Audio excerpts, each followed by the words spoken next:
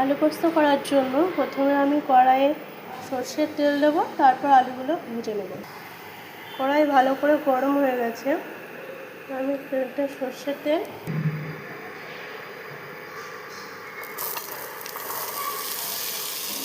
আলু,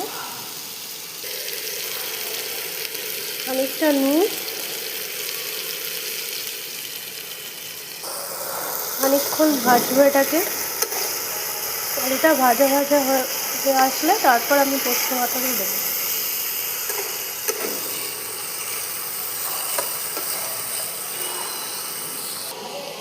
খানিকটা ভাজা ভাজা হয়ে আসলে আমি পোস্তটা দিয়ে দেবো।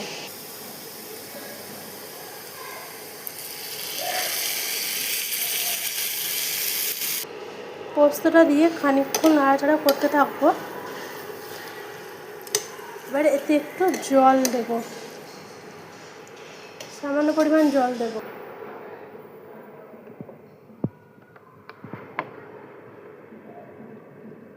এখানে অনেক সাউন্ড হচ্ছে না, তো সেগুলো অ্যাভয়েড করবেন, ঠিক আছে?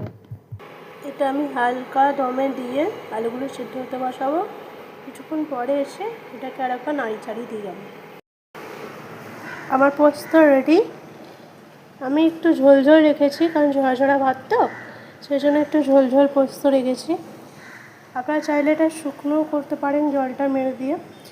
আমার পোস্ত রেডি।